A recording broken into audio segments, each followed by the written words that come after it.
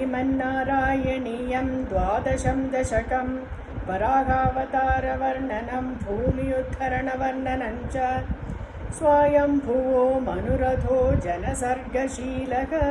दृष्ट्वा महीमसमये सलिले निमग्नां स्रष्टारमापशरणं भवदङ्घ्रिसेवा तुष्टाशयं मुनिजनैः सगसत्यलोके कष्टं प्रजासृजति मय्यवनिर्निमग्नाः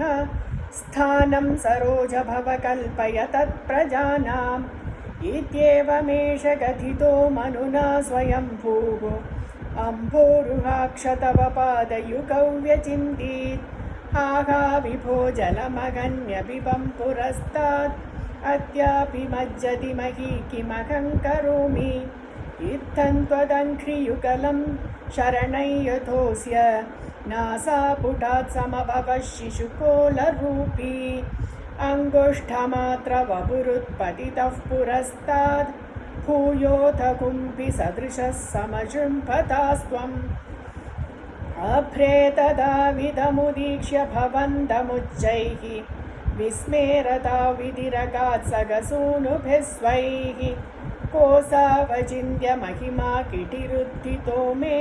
नासापुटात् किमु भवेदजितस्य माया इत्थौ विचिन्तयति धातरि शैलमात्रः सत्यो भवन् किल जगर्जितघोरघोरम् तन्ते निनादमुपकर्ण्य जनस्तवस्थाः सत्यस्थिताश्च मुनयो नुनुवुर्भवन्तं तत्स्तोत्रहर्षुलमनाः परिणध्य भूयः तोयाशयौ विपुलमूर्तिरवातरस्त्वम् ऊर्ध्वप्रसारि परिधूम्रविदूतरोम प्रोक्षिप्तवालधिरवाङ्मुखघोरघोणः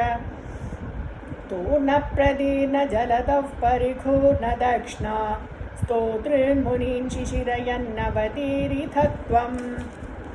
अन्तर्जलं तदनुसङ्कुलनक्रचक्रं भ्राम्यत्तिमिङ्गिलकुलं कलुषोर्मिमालम्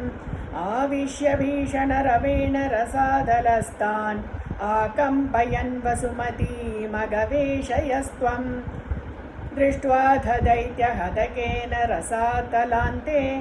सौवीशितान् झटिति कूटकिटिर्विभो त्वम्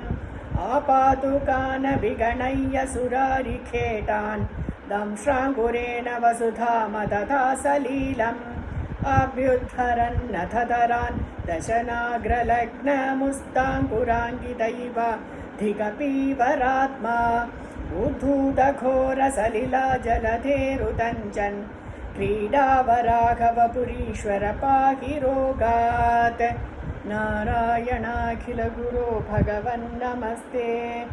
नारायणाखिलगुरो भगवन्नमस्ते।